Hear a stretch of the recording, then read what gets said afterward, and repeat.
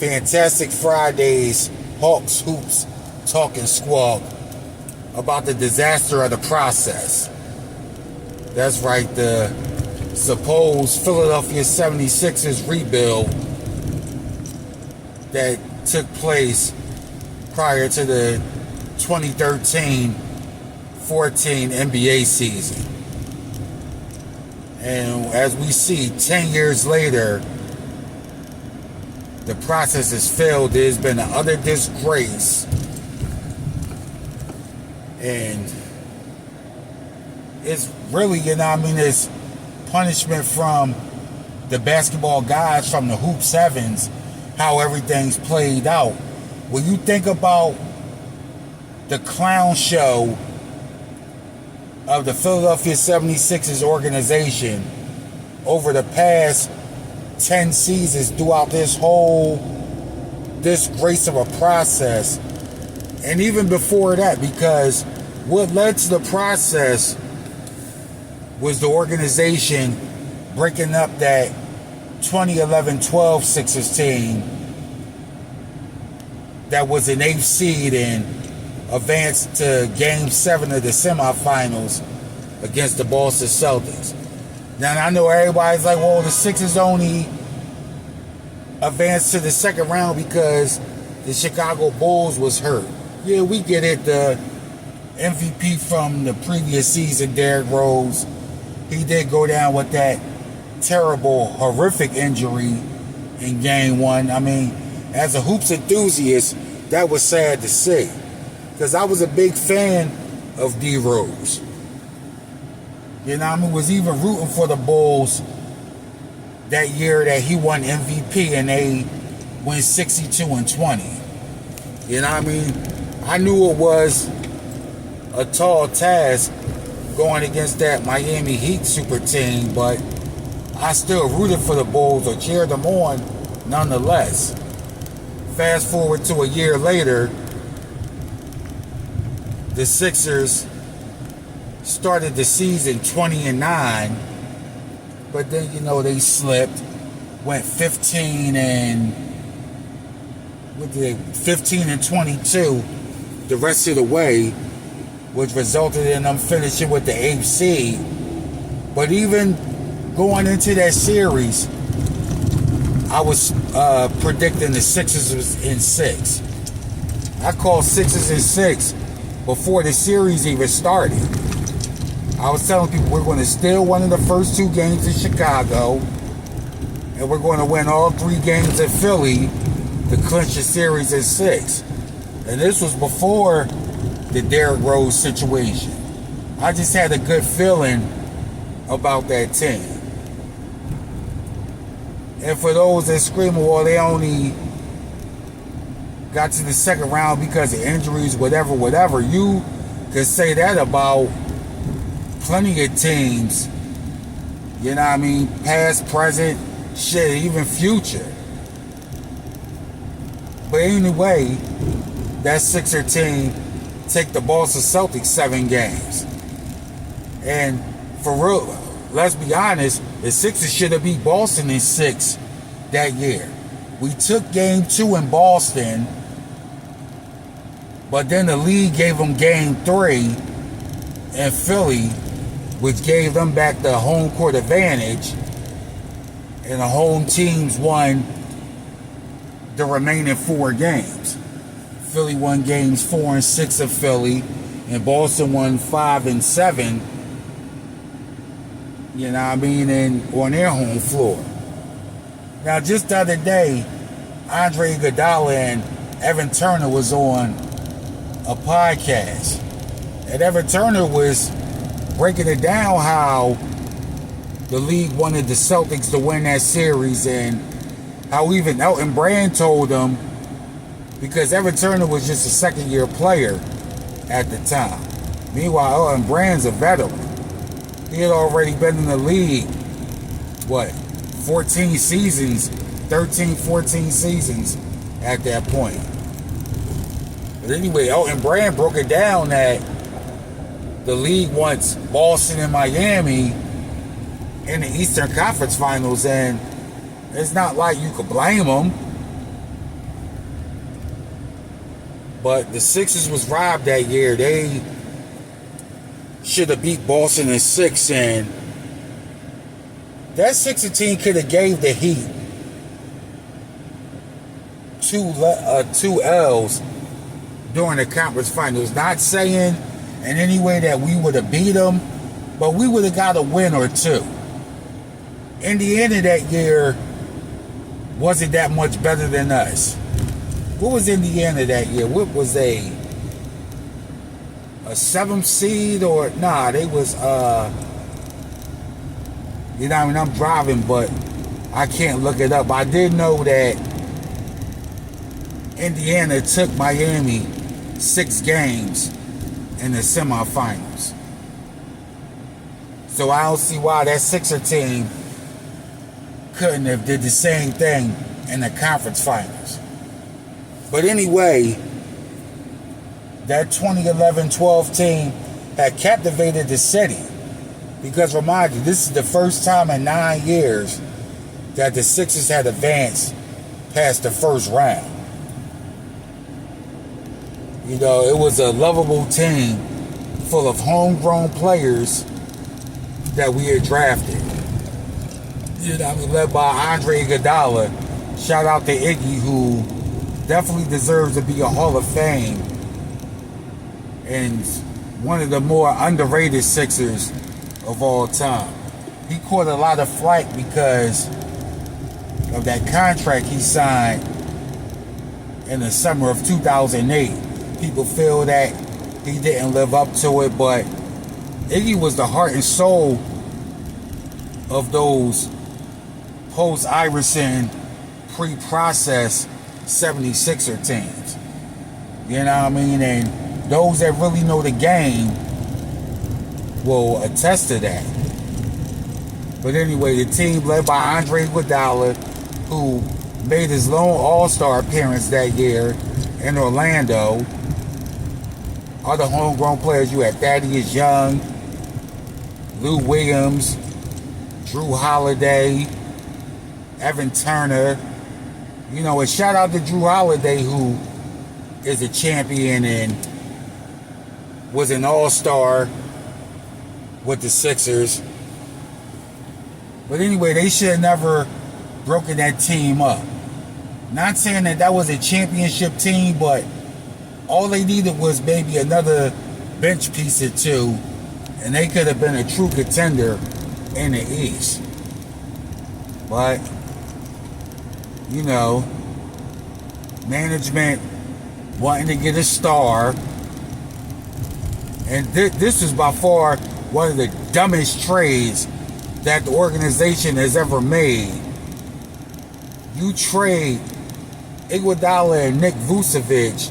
Remember, that was the big 4-team trade where Dwight Howard wound up going from the Orlando Magic to the LA Lakers. But the Sixers, they give up Iguodala and Nick Vucevic, who was a nice bench piece on that team, would have been a solid backup over the next few years, possibly even a starter. But they trade him for Andrew Bynum. Yeah, Bynum was a part of those Kobe and Gasol-led Laker teams that won back-to-back titles and went to 3 straight finals. But come on, you knew the guy had an injury history, and you make that trade anyway. You know what I mean? Which was dumb. Especially having to give up Iggy and Vucevic. Shit, you should have gave him Brand, maybe a couple of picks, Jody Meeks and somebody else, but they should have definitely kept that core intact. Should have kept Iguodala, Jrue Holiday, Lou, Thaddeus Young, Evan Turner. You know what I mean? They would have kept Halls, even if they threw Spencer Halls in that deal. But you keep your 5 homegrown players. You know what I mean? All right, let's say they would have had to part ways because Brand's contract, financially wise, was close to what Iggy was making. It was about around the same ballpark. So say you This is just talking hypotheticals. You trade Brand, Spencer Halls, Meeks, maybe a couple of picks, and you still land Bynum. Even if he still never suits up, you could have still had a decent season. You know what I mean? You still have a lineup of Jrue Holiday, Evan Turner, Iguodala, Thaddeus Young, who was really an undersized power forward, but it would have worked, and Vucevic at the center. You know what I mean? They got Jason Richardson in that trade, so he would have been a nice six-man. It's just like that's, but no, you trade Iggy and Vucevic to get Bynum, and as we all know, that 2012-13 season was a complete disaster. Yeah, the highlight of it was the 50th season of the Philadelphia 76ers. You know what I mean? That's the bright spot. Jrue Holiday was an all-star that year. And yeah, people will be like, well, he was only an all-star that year because of the injury to Derrick Rose, and I think Rondo was hurt, so Jrue was really a replacement, but nonetheless, he deserved the 9. You know, he definitely deserved the All-Star 9. But anyway, the 50th season, you know, Doug Collins was worn out. You know, you knew he was pissed off by that trade. The whole clown show with Bynum, growing his hair out, looking like a whole weirdo, getting injured, going bowling, like all that nonsense. So if you ask me, the curse started with this current owner regime, or whatever you want to call it. That all started with breaking up that 2012 team. So the 50th season, 2012-13, was a disaster. So what does ownership do? They tear it all down, and they start this nonsense called the process. You know what I mean? To cheapen the game, trying to obtain draft picks. And we see how the process played out. Let's start from the beginning. First, you trade Jrue Holiday, who during the 50th season was your franchise player and an all-star. You trade him to New Orleans for Nerlens Noel, who missed his whole first season. Here the Sixers go again, gambling and trading for injured big men. Noel didn't play his first season. That whole first season of the process was a disaster. You know what I mean? A bright spot, Michael Carter-Williams, who the Sixers drafted number 11 in 2013, even though they drafted him over Giannis and some other good players. MCW really put on a performance in his NBA debut. What was it? 22 points, 9 steals, 7 assists, something like that, and a win over the defending 2-time champion Miami Heat. So MCW was the bright spot of that first season of the process. Then Sixers start off 3-0, but then finish the season 16-63, including setting a record or tying a record for most consecutive losses. But it's the NBA record, I believe, for most consecutive losses in a single season. 26 straight games they lost. So they finished 19-63. Get the third pick in the draft. You know, Joel Embiid, who was projected to be the number 1 overall pick, because he was injured, fell to number 3. That's the only gem of the whole process, is selecting Joel Embiid. And I know I've been ripping him over the past few months after he epically choked in game 6 and 7 against Boston this year, but nonetheless, he's one of the greatest players to ever play for the franchise, and he's the lone bright spot of this entire disaster of the process. You know, Embiid's what? 6-time All-Star, 2-time scoring champion, an MVP. You know what I mean?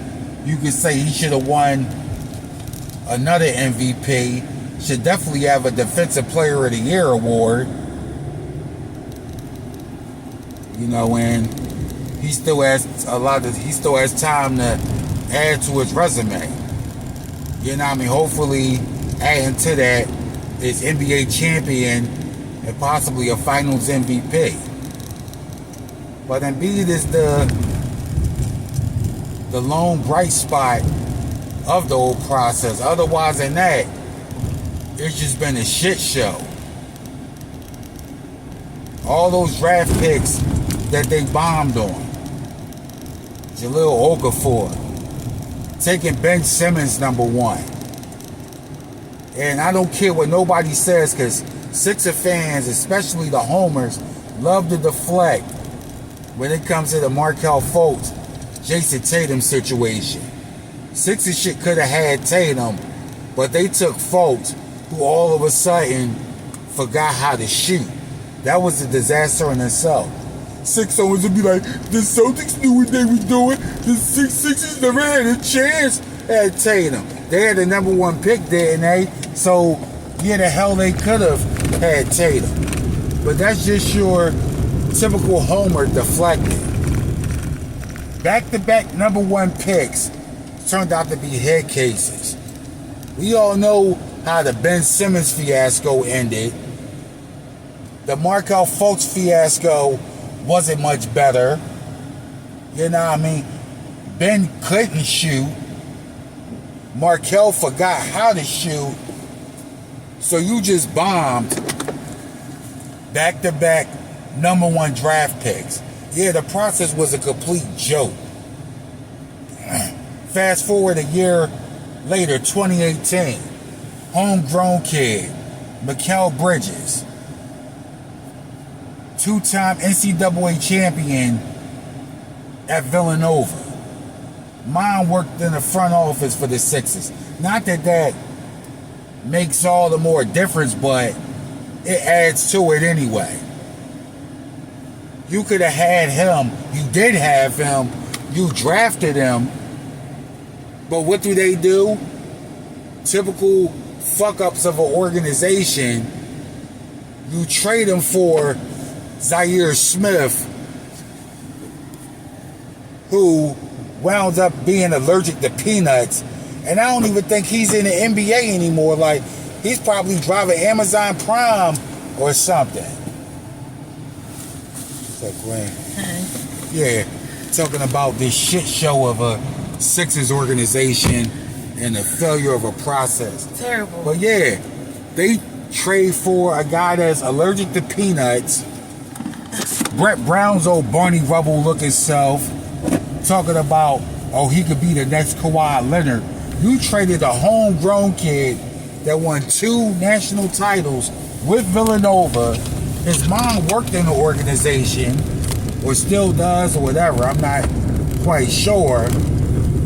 You can't tell me if the Sixers didn't have Mikal Bridges on the roster these past 5 seasons that the Sixers wouldn't at least been to the finals, or at least the Eastern Conference Finals. I had to school some clown the other day. He wanted to deflect timeout, let it go. That was 5 years ago we swept him in the first round. No, the Sixers swept his team. Bridges averaged almost 25 points in that series. That's when I broke it down, how I just broke it down about how that we have Bridges on this team over the past 5 years. We definitely would have got further than the second round. But you know, typical beta males always want to have the last word on some female shit. He talk about, yeah, but we swept him, blah, blah, blah. And I need to get over it. I sound like a scoring chick, whatever. I said, see, this is the typical nonsense you get from these blind homers that like to deflect and defend this piece of shit of an organization. That's what you get. So, and my response to him was, okay, you keep that same energy when this team keeps getting bounced in the second round and keeps disappointing y'all fans every year. Because me, like I said on previous videos, I didn't already checked out mentally off this team. Yeah, I'm Philly all day and I'ma always support the home team, but as far as getting my hopes up, like, nah. But yeah, the process was a complete joke. And the players that we did have throughout the process that were worth keeping, the organization got rid of them. Ish Smith, Jeremy Grant, TJ McConnell. Let's see, who else? I mean, those are the main three that stick out. You know what I mean? Grant and TJ got paid. I mean, Ish Smith, it really didn't pan out for him, but I think he would have been a nice fit off the bench here. Let's not even get into the whole Jimmy Butler thing. Or, yeah, we will. Shall we begin? Jimmy Butler.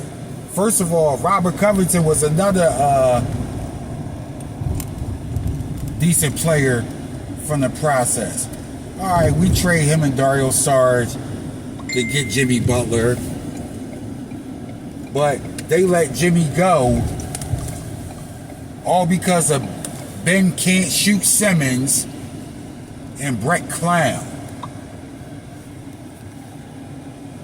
They get run Jimmy off, and this is another thing. Sixer homers be like, oh, Jimmy was never going to stay with the Sixers. He was going to sign with Miami. Okay, keep deflecting. You know what I mean? Did Pat Riley or Jimmy Butler call you and tell you that personally? Or you just in your feelings and trying to deflect on this trash organization? I think it's the latter. What do you think, Queen? But yeah, I'm now in the whole Tobias Harris over me thing. That was just Jimmy just instigating. I mean, after Jimmy left, they had no choice but to sign Tobias. I mean, you know, I would have said that too. You chose the worst over me. Like, yeah, I'm gonna rub it in your face. Yeah, definitely. But you let Jimmy go all for a player that you wound up trading a couple of years later anyway. So yeah, now look at Mongo Slade, aka Brick Ross, better known as James Harden. Like this whole clown show he's putting on this off season. And I told cats this when that trade first went down, that he was going to choke in the playoffs, which he did. I mean, yeah, he led the league in assists and averaged 20 points a game and is a good secondary scorer. But I'm a hoops enthusiast. I watch the games, not just the Sixers. You know what I mean? I've watched him choke in the playoffs time and time again when he was with the Rockets. Had a game 7 at home where they could have dethroned the Warriors and he choked. So when he came here, I knew it was inevitable. I wanted the Tyrese Halliburton, Buddy Hield. I wanted, you know what I mean, a package like that for Ben, not Harden. And now, look at what the organization is dealing with. Just another off season of fuckery. The whole process has been a joke.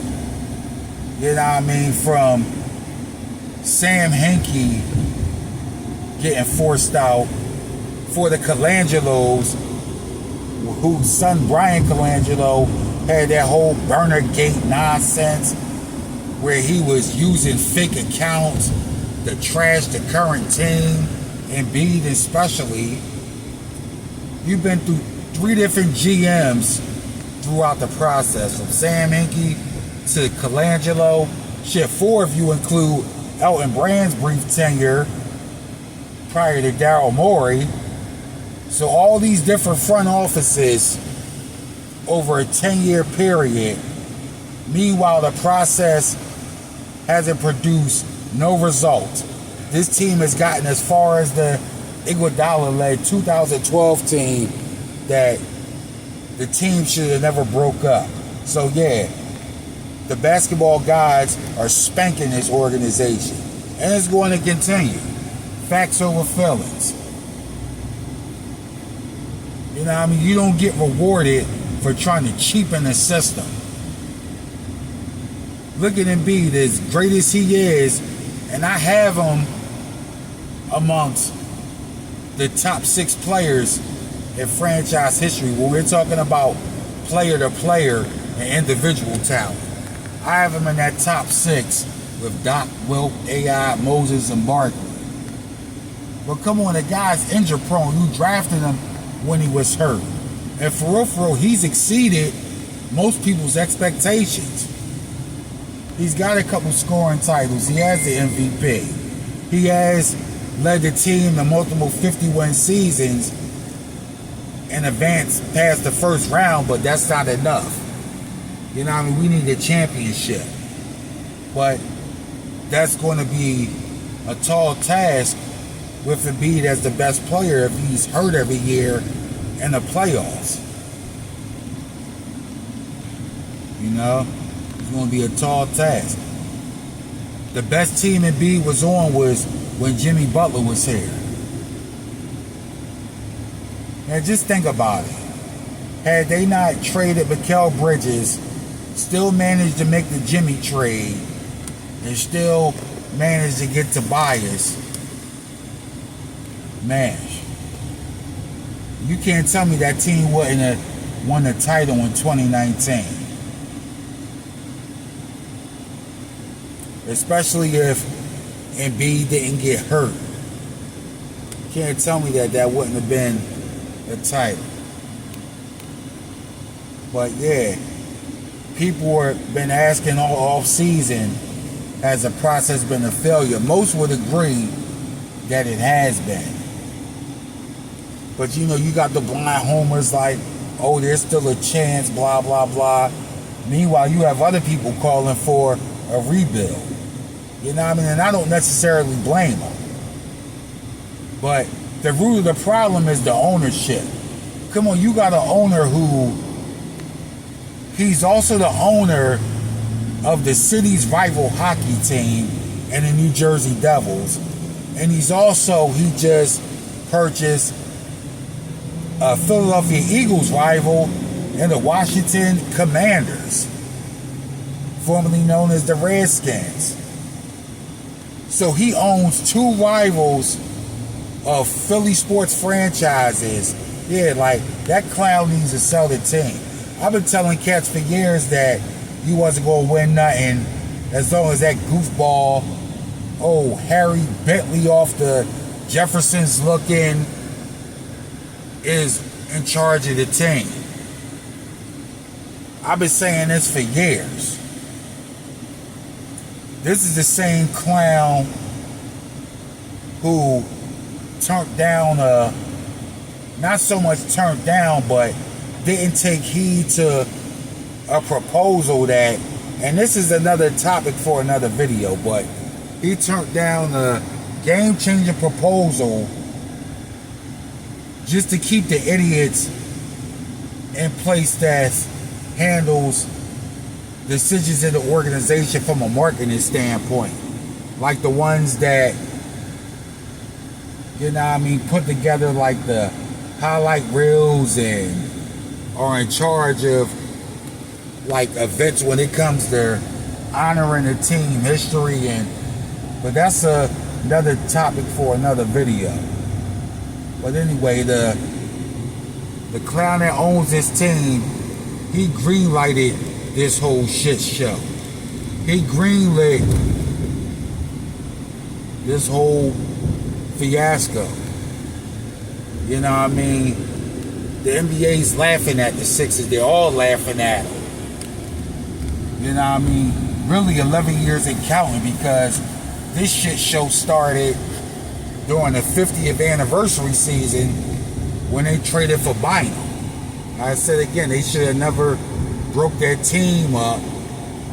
Then they tried to cheapen the system with this whole process, and you see how that's played out. Now, the last video I did about the fan base's losing mentality, to a lot of these younger fans, these last 6 years, you know what I mean, have been progress to them that have never really witnessed no succession. They might not even been born or too young to remember 2001. So all they really have to go off of is those Iguodala-led teams. But I'm telling you, they could have capitalized on that 2012 playoff run, but they didn't, and this is where we're at. The Embiid-led Sixers haven't got any further than Iguodala-led Sixers. Let that sink in. So, the process is over. It was a failure. It's time to move on. I don't know how this offseason is going to conclude with this James Harden nonsense. Now I'm seeing rumors that Embiid might be asking to be traded, or I'm telling you, if this season's in the toilet, don't be surprised.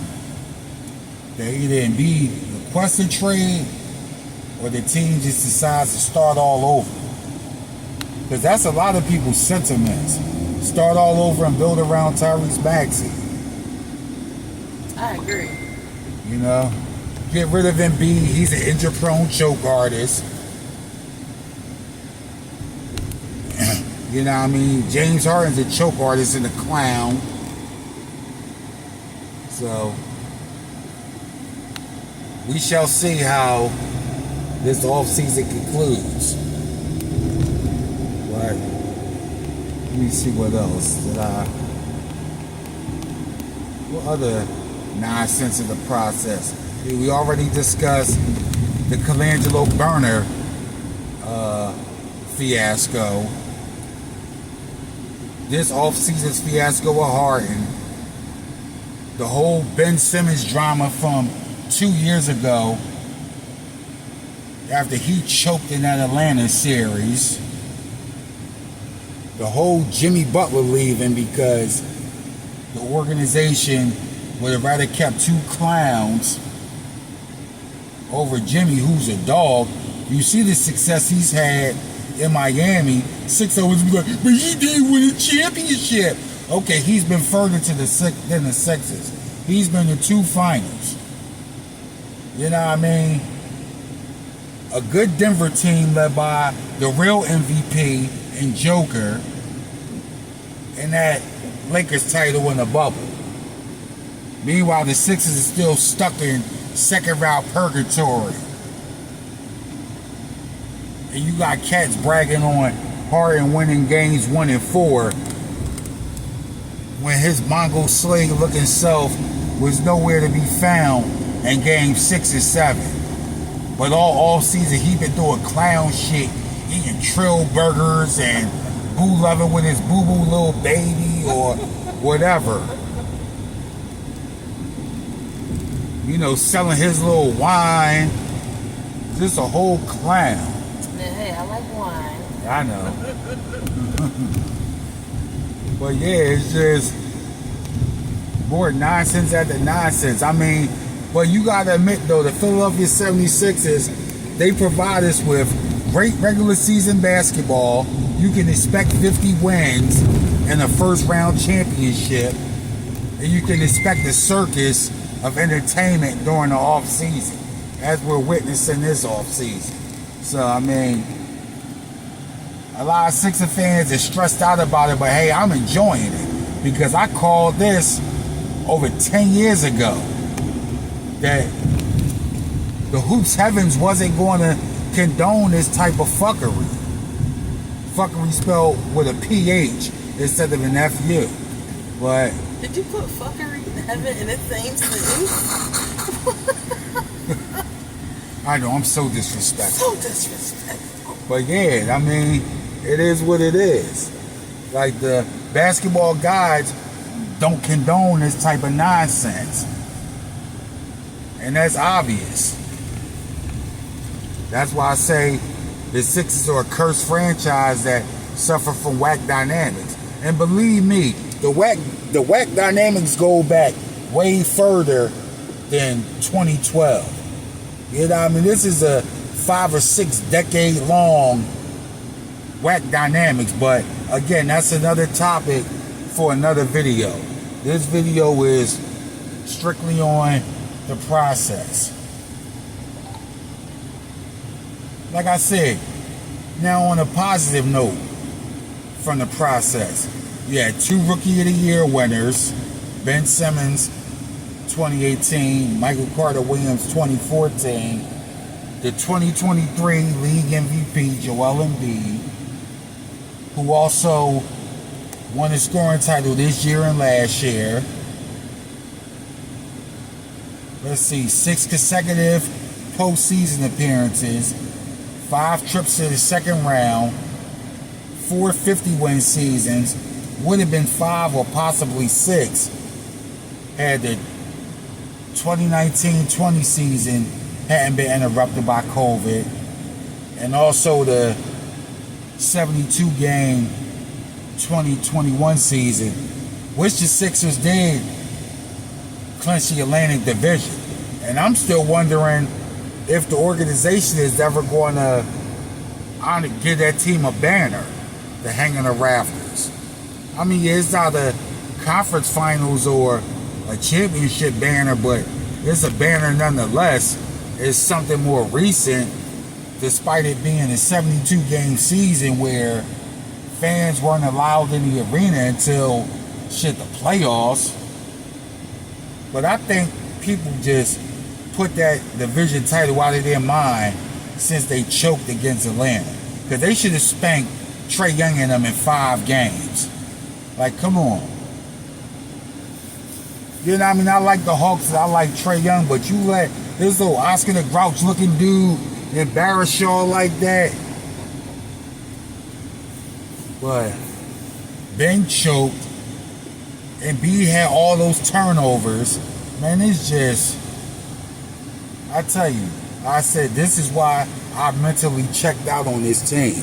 Yeah, I'm still going to be at the games, I'm still going to watch, and I'm still going to rep, but my expectations, man, I'm just an NBA enthusiast, hoops enthusiast at the end of the day. I just enjoy the game. I'm looking forward to the upcoming season. Let's see, anything else about this whole fiasco? Because I could go on talking and squawking all day about these past 10, 11 seasons. I just wanted to end the note with some bright spots. You know, like I say, we've had an MVP, a 2-time scoring champion, James Harden assist champion, Ben Simmons an MCW Rookie of the Year. Shit, we even got the slam dunk champion, Mac McClung. You know what I mean? I wonder if he's going to suit up and make some noise for the team this year. You know what I mean? Then you can't forget Tyrese Maxey, a budding all-star. You know what I mean? I see a few all-star selections in his future, especially if he keeps improving his game. Like I said, he's the bright spot. Like, I feel sorry for him. I know he's getting paid millions to do what he loves to do, but the kid's a baller, and I know he wants to win at the end of the day. You know, I'm looking forward to see what steps he takes this upcoming season, and also how the team does under Nick Nurse. But in the meantime, we still have this circus entertainment going on. Just a reminder of why the process should have never been, and why the NBA, why the basketball guys from Hoops Heaven keep spanking his team. But anyway, that was just some fantastic Fridays. Hawks, Hoops, Talk, and Squawk with your boy Hawk. Hawk out.